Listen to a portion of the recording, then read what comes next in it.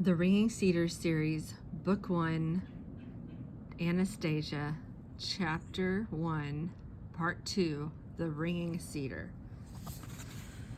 Amidst the flurry of my subsequent commercial dealings, account keeping, and end-of-the-year voyage farewell banquets, I completely forgot about the strange Siberian oldsters.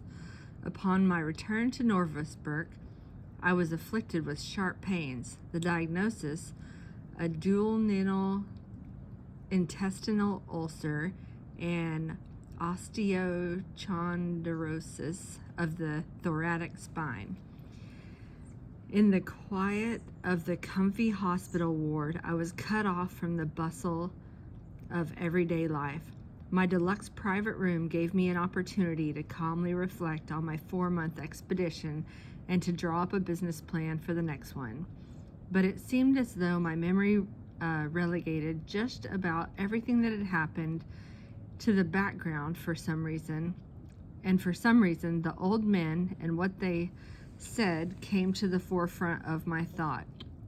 I requested to have delivered to me to the hospital all sorts of literature on cedars. After comparing what I read with what I had heard, I became more and more amazed and began to actually believe what the oldsters had said. There was at least some truth to their words, or maybe the whole thing was true. In books on folk medicine, there is a lot said about the cedar as a healing remedy. They say that everything from the tips of the needles to the bark is endowed with highly effective healing properties. The Siberian cedar wood has a beautiful appearance and is used with great success by both masters of artistic wood carving and cabinet makers, as well as in producing soundboards for musical instruments. Cedar needles are highly capable of eliminating airborne germs and purifying the surrounding atmosphere. Cedar wood has a distinctive, pleasant balsam fragrance. A small chip of cedar placed inside a house will keep moths away. In a particular science literature, I read that it was the qualitative characteristics for the northern cedars were significantly higher than those growing in the south. Back in 1792, the academician P.S. Pallas wrote that the fruits of the Siberian cedar were effective in restoring youth and vitality and fertility, and significantly increasing the body's resilience, its ability to withstand a number of diseases. There is a whole host of historical phenomenon directly or indirectly linked to the Siberian cedar. Here is one of them. In 1907, a 50-year-old semi-literate peasant named Gregory Rasputin, who hailed from the isolated Siberian village in an area where the Siberian cedar grows, found himself in St. Petersburg, the capital, and soon became a regular guest of the imperial family. Not only did he amaze them with his predictions, but he possessed an incredible sexual stamina. Oh my gosh. Okay. Not only did he amaze them with his predictions, but he possessed incredible sexual stamina. At the time of his assassination, onlookers were struck by the fact that despite his bullet-ridden body, he continued to live, and perhaps he had been raised on cedar nuts as part of the country where cedars abound. This is how contemporary journalists described his staying power. At the age of 50, he could begin an orgy at noon and go on carousing until 4 o'clock in the morning.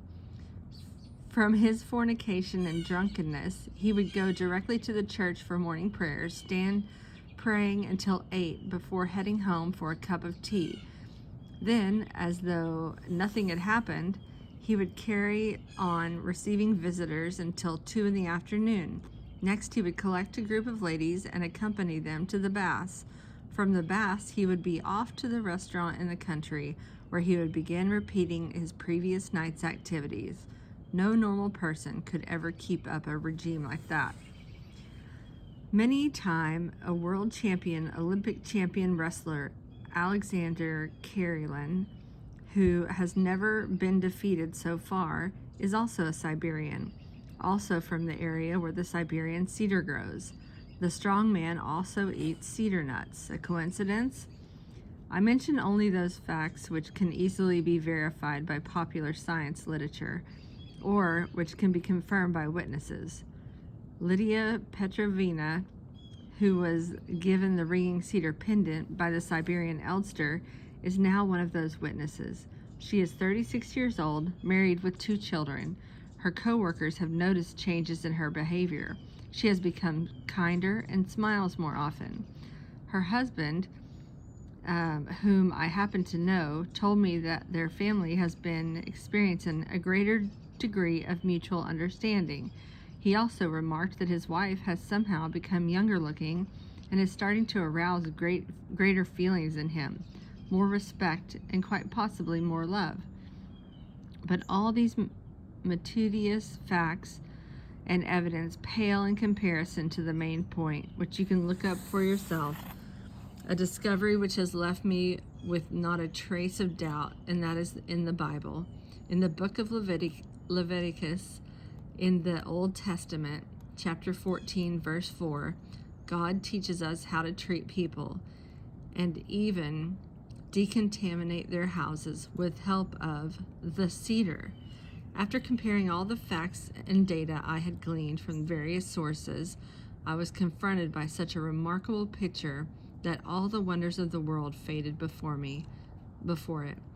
The great mysteries that have excited people's minds pale into insignificance in comparison with the mystery of the ringing cedar. Now I could no longer have any doubts about its existence. They were all dispelled by popular science literature and the old Vedic scriptures I was reading. Cedars are mentioned 42 times in the Bible, all in the Old Testament. When Moses presented humanity with the 10 Commandments on stone tablets, he probably knew more about them than has been recorded in the Old Testament. We are accustomed to the fact that in nature there are various plants capable of treating human ills. The healing properties of the cedars have been attested in popular science literature and by such serious, authoritative researchers as Academian Paulus, and this is consistent with the Old Testament scriptures. And now pay careful attention. When the Old Testament talks about the cedar, it doesn't just talk about the cedar alone. Nothing is said. When the Old Testament talks about the cedar, it is just the cedar alone. Nothing is said about other trees. Doesn't this suggest the inference that the cedar is the most potent medicine of any existing in nature? What is this anyway? A whole medicine kit?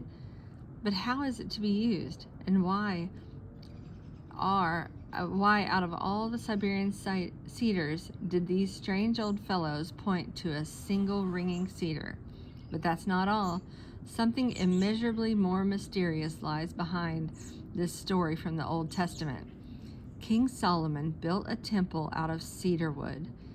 In return for the cedar from Lebanon, he gave another King Hiram 20 cities of his kingdom. Incredible. Giving away 20 cities for just some kind of building materials? True, he got something else in return. At King Solomon's request, he was given servants that were skilled in felling timber. What kind of people were these? What knowledge did they possess? I have heard that even now, in the far-flung reaches of the taiga, there are people with uncanny abilities to select the right trees for construction. But back then, over 2,000 years ago, everybody might have known this. Nevertheless, specialists of some sort were required. The temple was built, services had begun to be held there, and the priests could not stand to minister because of the cloud. What kind of cloud was that? And from where did it enter the temple? What could have it been? Energy? A spirit? What kind of phenomenon? And what connection did it have with the cedar? The old fellows talked about the ringing cedar as it stored up some kind of energy. Which cedars are stronger, the ones in Lebanon or in Siberia? Academia and Pallas said that the healing properties of the cedars increased in proportion with their proximity to the forest tundra. In that case, the Siberian cedar would be the stronger. It says in the Bible, "By their fruits ye shall know them." In other words, again, the Siberian cedar. Could it be that no one else has paid attention to all this? Has no one put two and two together? The Old Testament, the science of the past century, and the current one are all in the same opinion regarding the cedar.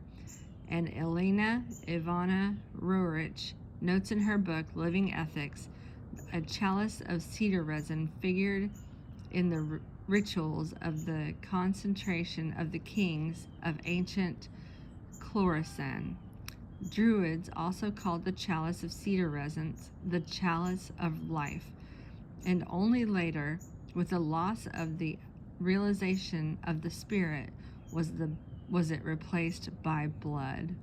The fire of Zoroaster was the result of burning the cedar resin in the chalice. So then, how much of our forebears' knowledge of the cedar, its pendants, or its purpose and properties, has been passed down to the present day?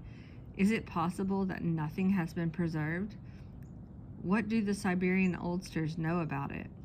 And all at once, my memory harked back to an experience of many years ago, which gave me goosebumps all over. I didn't pay attention to it back then, but now, during the early years of Perestroika, I was the president of the Association of Siberian Entrepreneurs. One day, I got a call from Novossibirsk District Executive Council. Back then, we still had Communist Party committees and executive councils, asking me to come to a meeting with a prominent Western businessman. He had a letter recommendation from the government of the day. Several entrepreneurs were present, along with the workers of the Executive Council Secretariat. The Western businessman was of rather imposing external appearance, an unusual person with Oriental features. He was wearing a turban, and his fingers were adorned with precious rings. The discussion, as usual, centered around the possibilities for cooperation in various fields. The visitor said, "Among other things, I would like to buy cedar nuts from you." As he spoke these words, his face and body tightened. His sharp eyes moved from side to side, no doubt studying the reaction of the entrepreneurs present. I remembered the incident very well, and even wondered why his appearance changed like that. After the official meeting, the Moscow interpreter accompanying him came up to me. She said she would like to speak with me. The businessman made me a confidential proposal.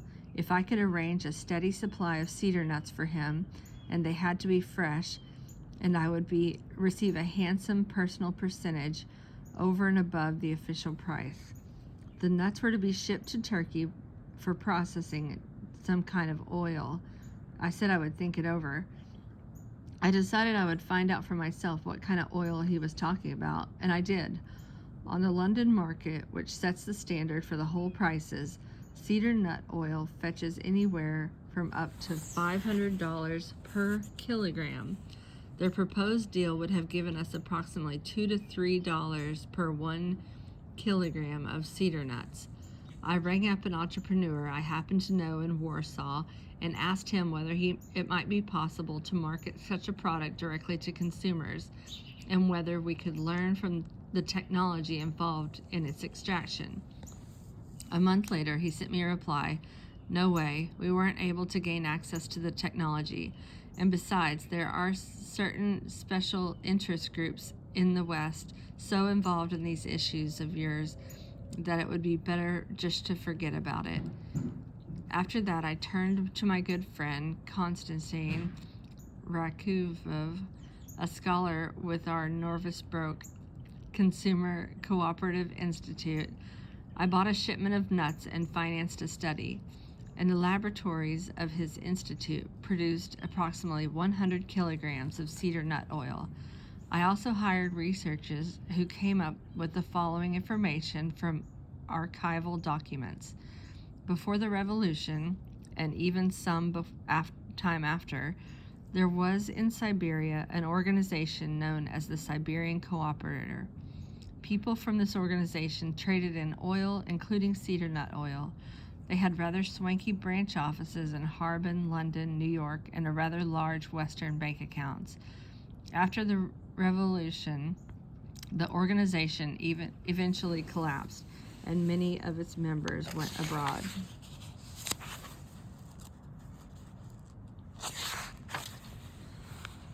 A member of Bolshevik's government, Leonard Kresin, met with the head of this organization and asked them to return to Russia. But the head of Siberian Cooperator replied that he would be more help to Russia if he remained outside its borders. From the archival materials, I further learned that the cedar oil had been made using only wooden presses in the villages of the Siberian taiga. The quality of the cedar oil depended on the season in which the nuts were gathered and processed, but I was unable to determine, either from the archives or the institute, exactly which season was being indicated. The secret had been lost. There are no healing remedies with properties analogous to those of cedar oil, but perhaps the secret of making this oil had been passed along by one of the emergees, to someone in the West. How was it possible that the cedar nuts with the most effective healing properties grow in Siberia, and yet the facility for producing those oils is located in Turkey? After all, Turkey has no cedars like that found in Siberia. And just what Western special interest groups was the Warsaw entrepreneur talking about? Why did he say it would be better just to forget about this issue? Might not these groups be smuggling this product with an extraordinary healing properties out of our Russian Siberian taiga?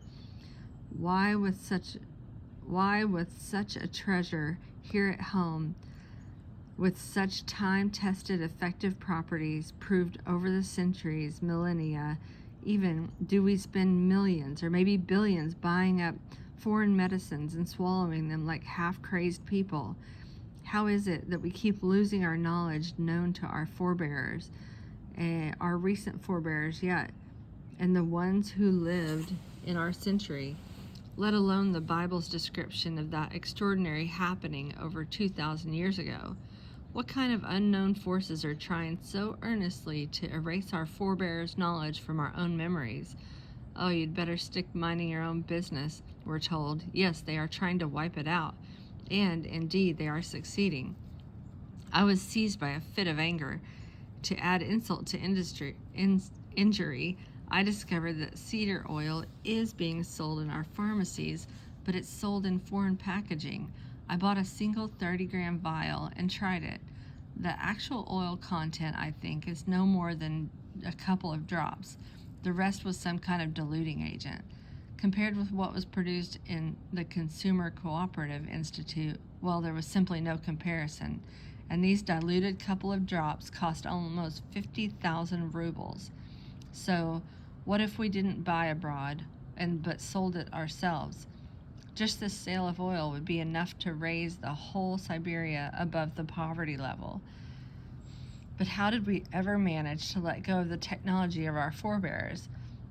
And here we are, sniveling that we live like paupers. Well, okay, I thought I'd come up with something all the same. I'll produce the oil myself, and my firm would only get wealthier. I decided I would try a second expedition along the Ob, back up north, using only my headquarters ship, the Patrice Limbada. I loaded a variety of goods for sale onto the hold and turned the film viewing room into a store. I decided to hire a new crew and not invite anyone from my firm. As things stood, my firm's financial situation had worsened while I was distracted with my new interest. 2 weeks after leaving Norrisburg, my security guards reported that they had overheard conversations about a ringing Cedar, and in their opinion, the newly hired workers included some pretty strange people. But to put it mildly, I began summoning individual crew members to my quarters to talk about the forthcoming trek to the taiga. Some of them even agreed to go on a volunteer basis. Others asked for a large bonus for this operation. Since it was not something they had agreed to when signing up for work, it was one thing to stay in the comfortable conditions aboard the ship, quite another to trek 25 kilometers into the taiga and back, carrying loads of wood. My finances at the time were already pretty tight. I was not planning to sell the Cedar. After all, the oldsters had said it should be given away. Besides, my main interest was not the cedar tree itself, but the secret of how to extract the oil. And of course, it would be fascinating to find out all the details connected with it. Little by little, with help of my security guards, I realized that there would be some attempts made to spy on my movements, especially during the time I spent ashore. But for what purpose was unclear, and who was behind these would-be spies. I thought and thought about it and decided that to be absolutely certain, I would somehow have to outsmart everyone at once.